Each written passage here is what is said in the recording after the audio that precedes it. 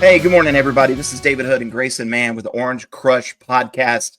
It's kind of a chilly Wednesday. Welcome back. But today, look, we have one of the most prominent voices in all of college football with us. You might know him as a star at Shiloh High School. You might know him as the Georgia Bulldog who scored that famous touchdown against the Gamecocks. You might know him from ESPN's College Game Day. You might know him from his current podcast and what he's been doing with the Pollack Family Foundation, the Family Goals podcast. He's the one, the only David Pollack. David, thank you for taking time to be with us today. Absolutely. Appreciate you having me guys on. And I guess when you mentioned that South Carolina touchdown with to the Clemson fans, that's a good thing, right? So that's I'm already in good graces. Beating South Carolina is good for them, right? It's a great thing. And we were just talking off camera. You were talking about the celebration. So you score, you kind of hold, and then what happened? I thought that was kind of funny.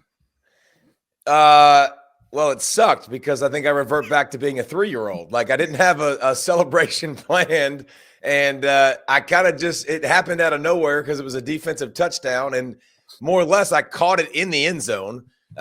So I started doing this with my hands and jumping up and down like a little schoolgirl, which was not good, very ungood. But I'm also a defensive player, David, so I'm not used to scoring touchdowns. So it caught me by surprise as much as anybody in the stadium. But that play, I'm always so thankful. This is before instant replay. Steve Shaw's in the back of the end zone, standing right by me, and he sees me because when I just trying to knock the ball down from Corey Jenkins, and I just happened to see the ball, and I kind of grab it on the way down.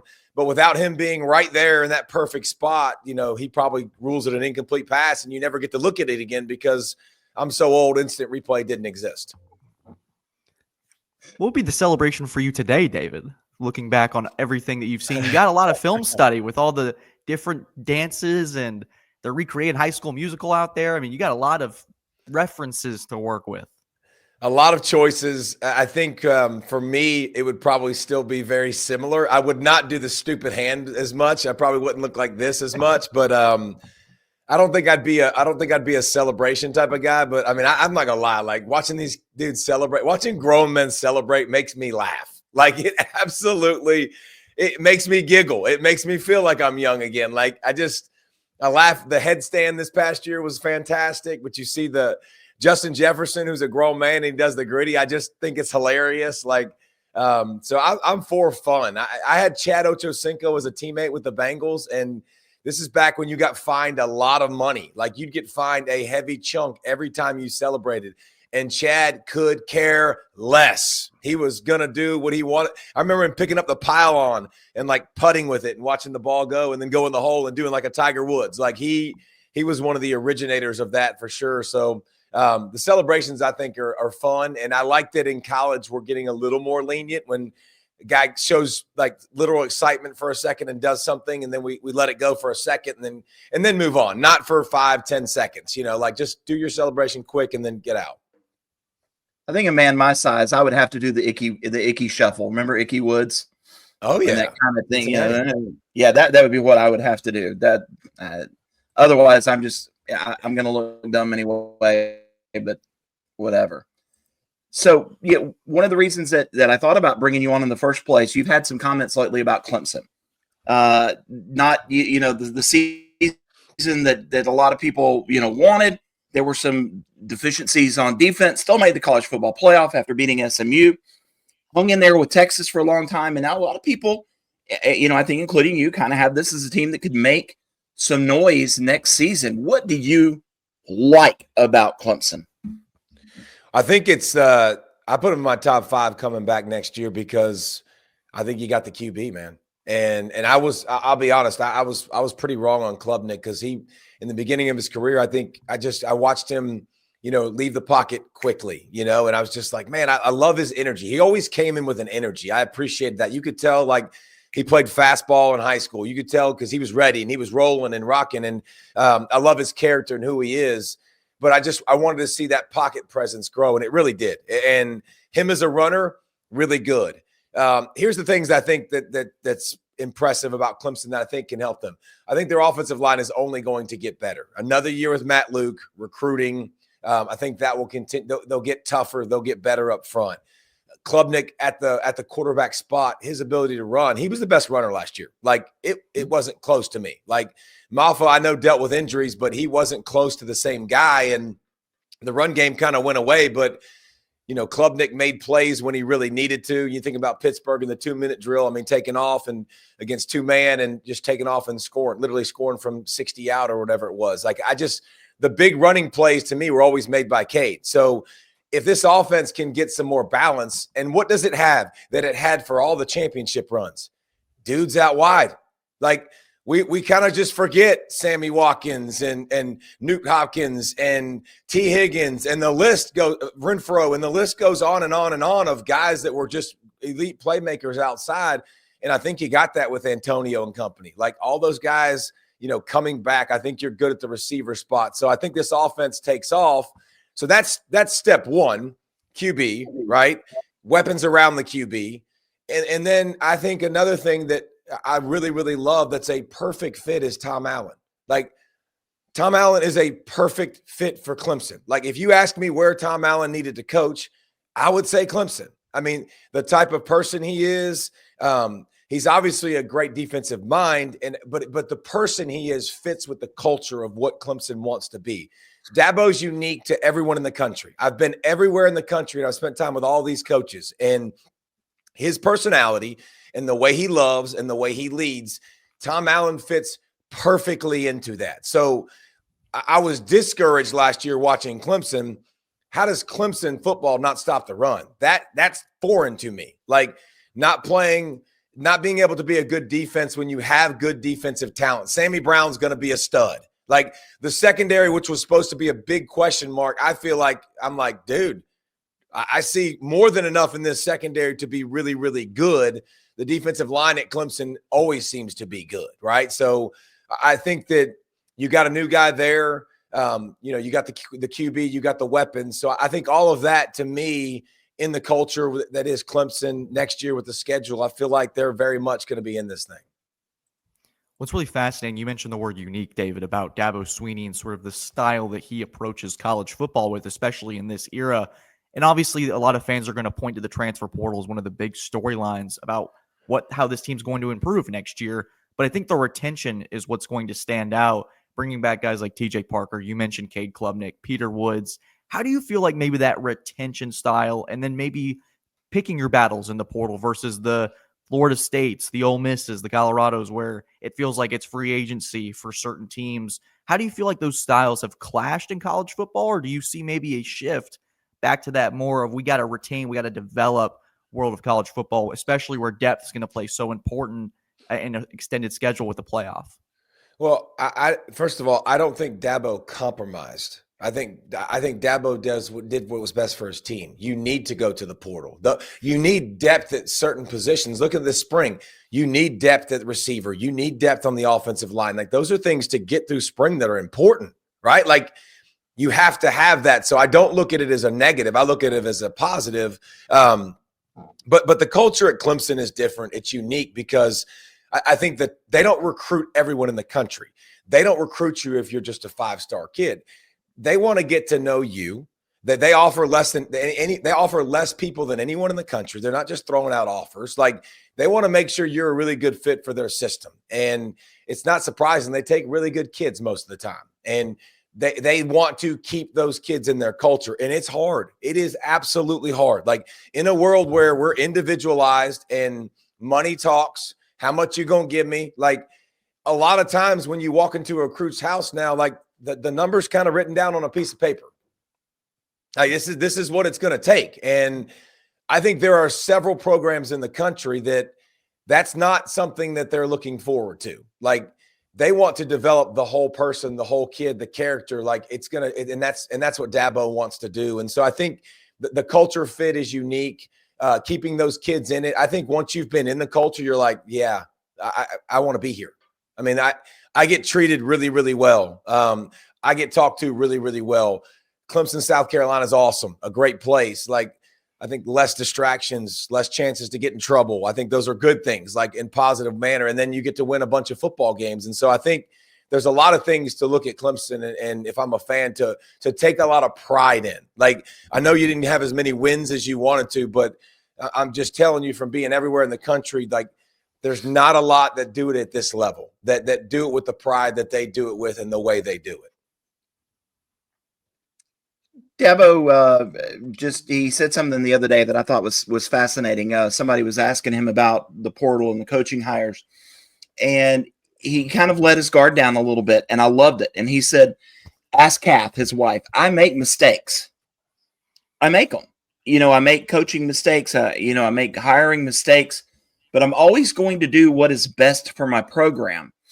And when I look at what, has happened here in the offseason with the portal additions, with Tom Allen, I kind of get the feeling that Clemson may be about to go on another run. Like, he's seen where the problems were in the program.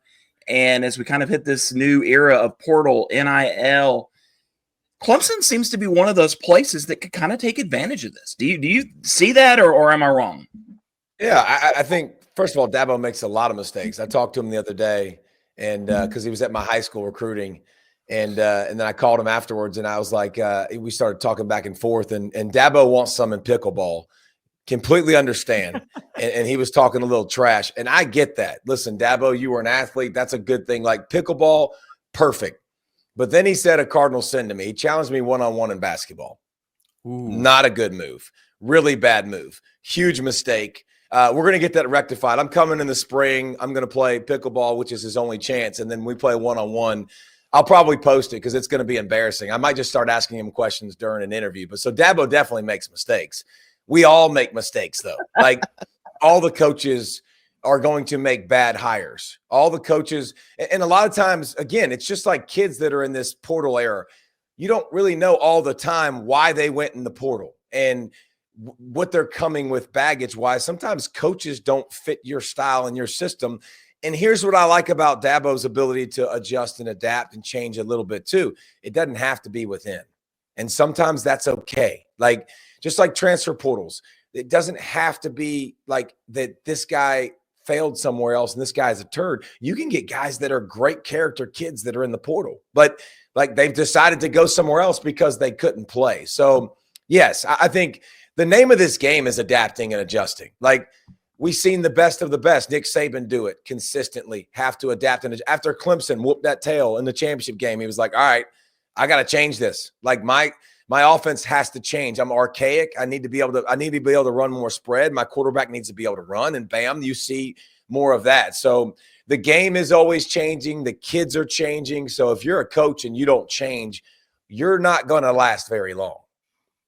David, after this game of basketball, can we maybe get an exclusive on the podcast about how you destroyed Dabo and some hoops? Like, can we potentially make that happen? Yeah, I think it's going to be fun. I'm going to enjoy every second of it, Mr. Dabo Swinney. If you do it at his house, he's got that half court there. It feels a little closed in. It's a little close. Kind of throws it off. I don't know if that'll bother you or not, but I'm just, fair warning. You've probably been in there before. You know what it looks like. We'll be all right.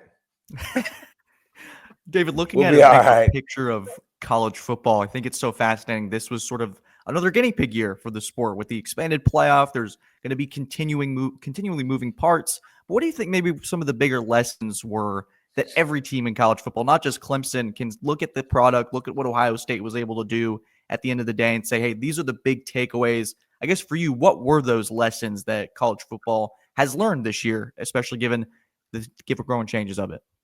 Well, I think you realizing that parity is here to stay. The level of there used to be a level of dominance from teams, and it used to be like just like the draft. I'm doing a little stuff on the draft now, and I'm like, you're not going to see 6 guys from a school in the first round anymore. Like, that's not going to happen because I'm looking at the top picks and I'm going, oh yeah, he played here first, he played here next. Like guys that are transferring and leaving. So the talent is spreading thin across the country, and the paying is obviously a big deal, and it's going to continue to take people that would go usually be a backup and say, I'm going to go develop so I can get paid in the NFL. Kirby and Nick's pitch for years and years and years. Come here. We will develop you better than anybody so you can make your bread when you get to the NFL. The real money, the big contract. Well, now kids are getting big money out of high school. So why am I going to go here? And then if you recruit 2 or 3 5-star defensive tackles, well, guess what? 2 or 3 of them ain't playing. maybe one. The other two are going, I'm out of here. So the recruiting has changed so much, man, to the point where you don't recruit as much talent because you can't have as much talent in the same room, because when they're pissed off, they'll leave, or when they don't play, they'll leave, which is weird to say. But I think the 12-team playoff is awesome.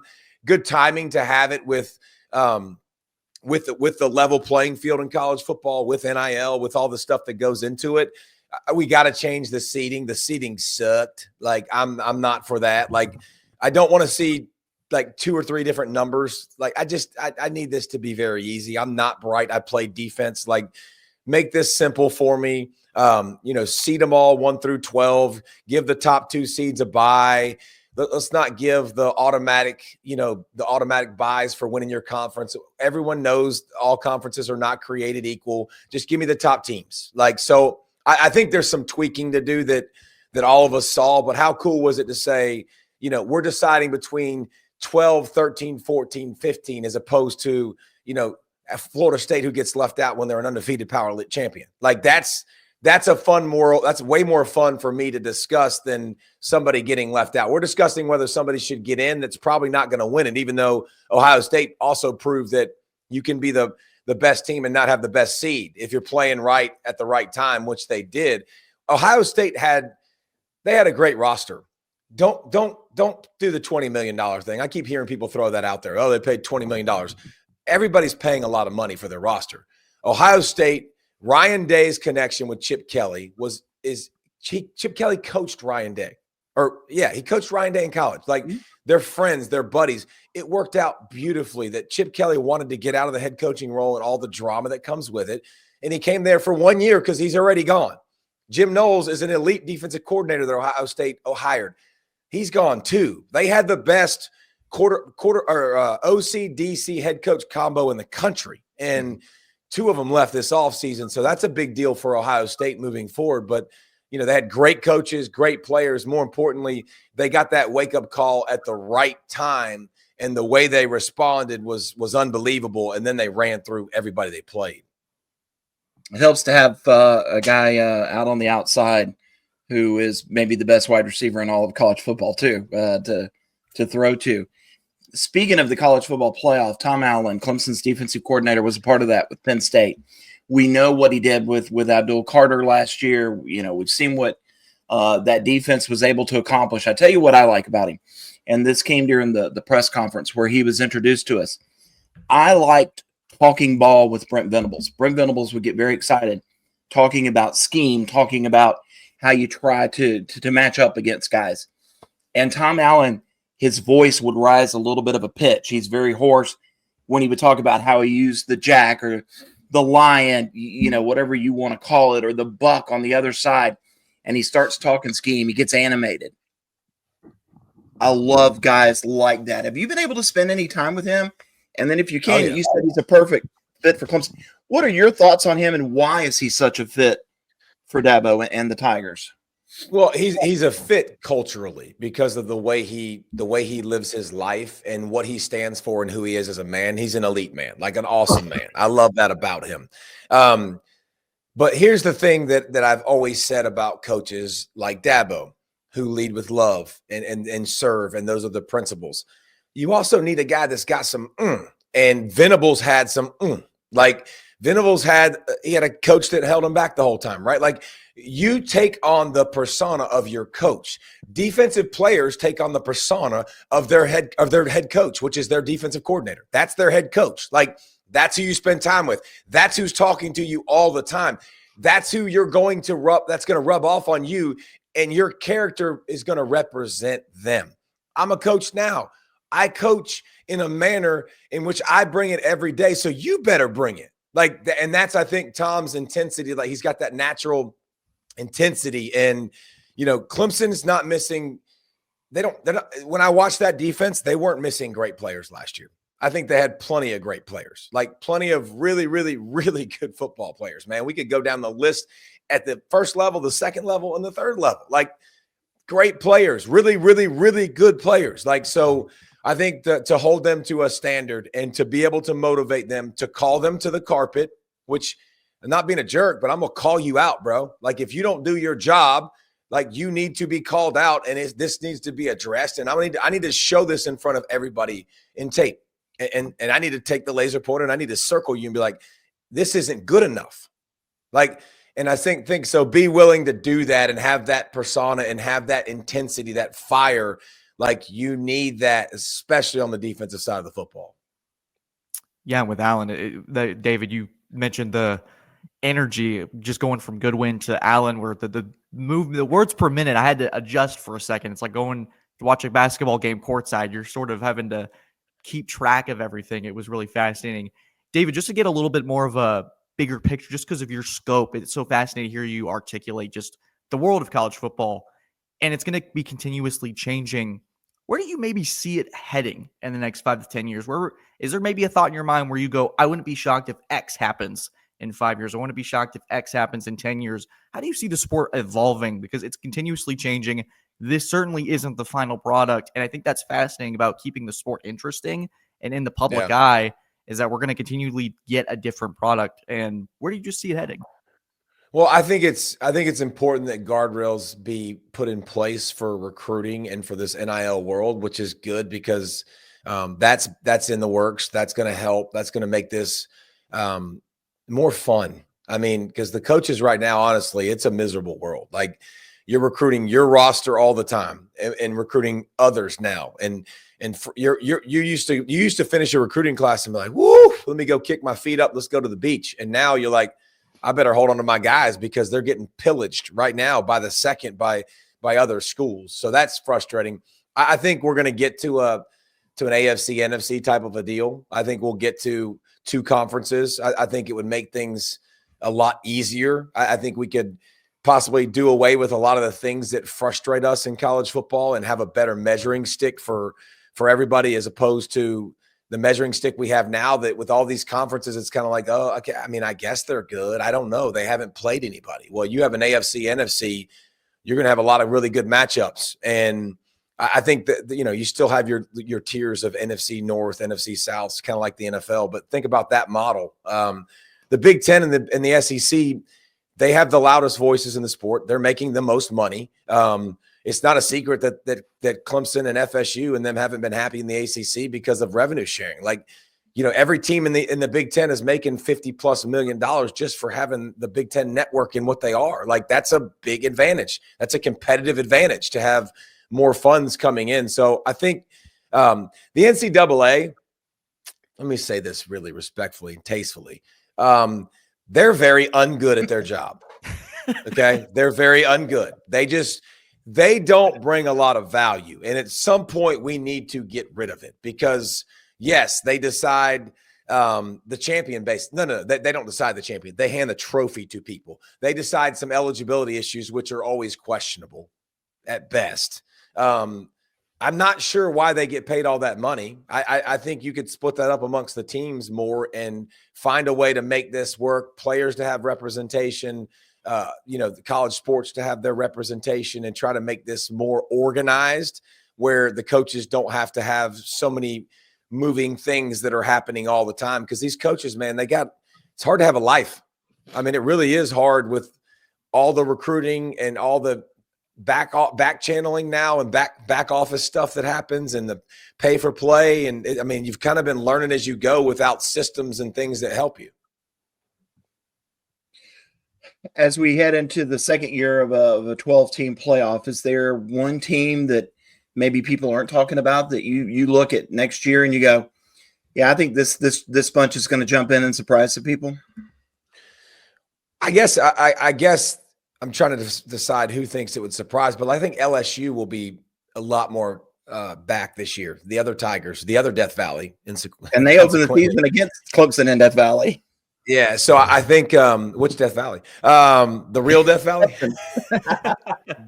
I think LSU has a chance to be really, really good. I think Nussmeier is really good, and I think their weapons and I think their defense is going to continue to grow and get better. So I think the LSU has a chance to jump in the mix. I think South Carolina is going to be in there again. Like, I was impressed with Lenora Sellers and who they are, what they are, and then I think the same cast of characters, a lot of different places to but this is always the interesting part to me, this part of the season. Like, Clemson or Ohio State just lost their OC and their DC. Who are those guys? Who do they fill them with?